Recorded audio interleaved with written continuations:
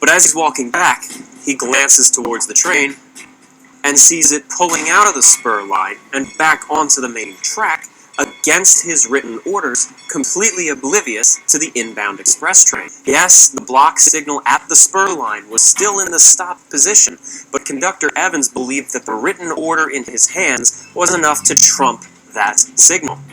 And yes, that written order in his hands that he was using as justification to move forward is the very one that he did not read. And he still hasn't by this point. Now Clayton runs after the train, waving his arms and shouting and doing everything he can to signal it, but they don't hear or see him. The train proceeds on. He has no way of communicating with either of the two trains that are closing in on each other. There is nothing he can do to stop them.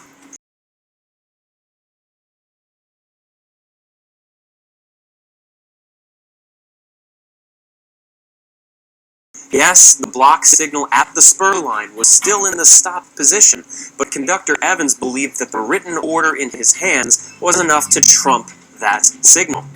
And yes, that written order in his hands that he was using as justification to move forward is the very one that he did not read.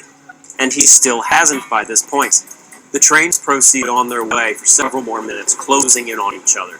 All that Clayton Russell can do is call the local hospitals to send out ambulances in advance. And do you remember those decrepit telegraph poles? These poles carried that call for help. Number 151 made a final stop at the paper mill station, which there is no remains of today. There, a couple of track workers disembarked the train.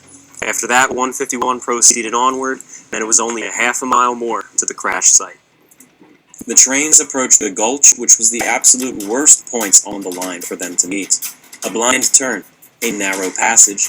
Local 151 was pushing 30 miles per hour, while the southbound express train was surpassing 35 as they entered the gulch. That's a combined total of 65 miles per hour. Neither train was able to see one another until they were an estimated 40 feet apart. In the split second before the collision, the crew of Express Train 156 slammed on the brakes, but it was too late to have any positive effect.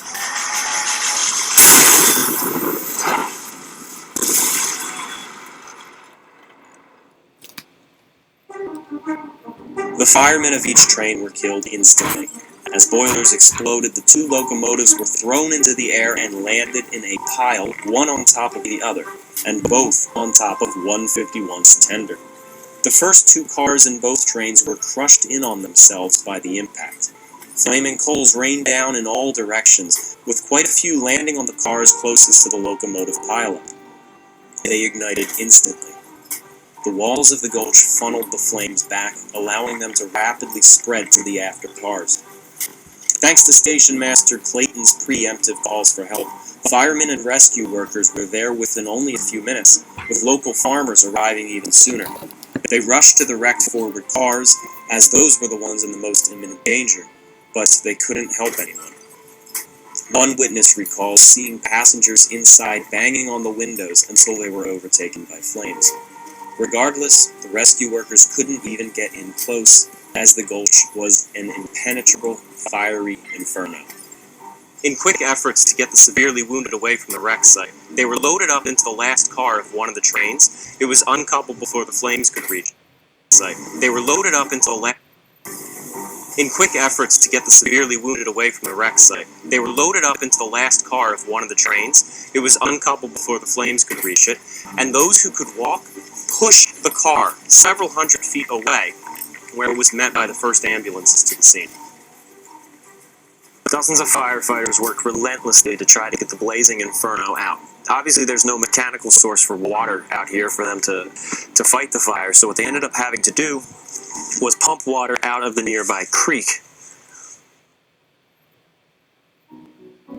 While passengers in the later parts of the train were able to get out, it's believed that most of the 27 who were killed burned to death, unable to escape from the crush.